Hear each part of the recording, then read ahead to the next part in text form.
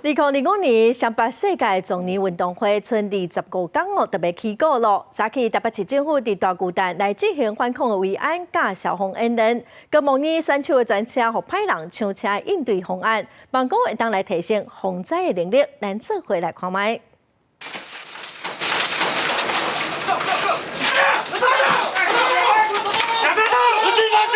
卡拍玻璃，准备要甲手工车的歹徒掠起来，保护车顶的选手。这是台北市政府为着5月17上北世界壮年运动会所进行的反恐演练。演练当中，佫有模拟拄着爆炸、火灾等等的状况，消防局出动救灾机器人、分推车出来救灾，替市政府的维安做好万全的准备。规划了公车挟持。 以及大量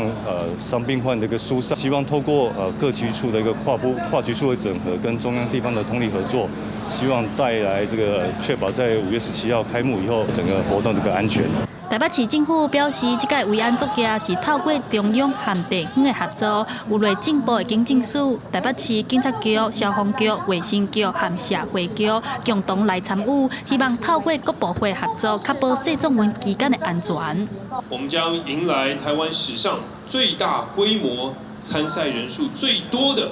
国际运动赛会，超越之前在高雄举办的世运。 以及2017年台北举办的世大运，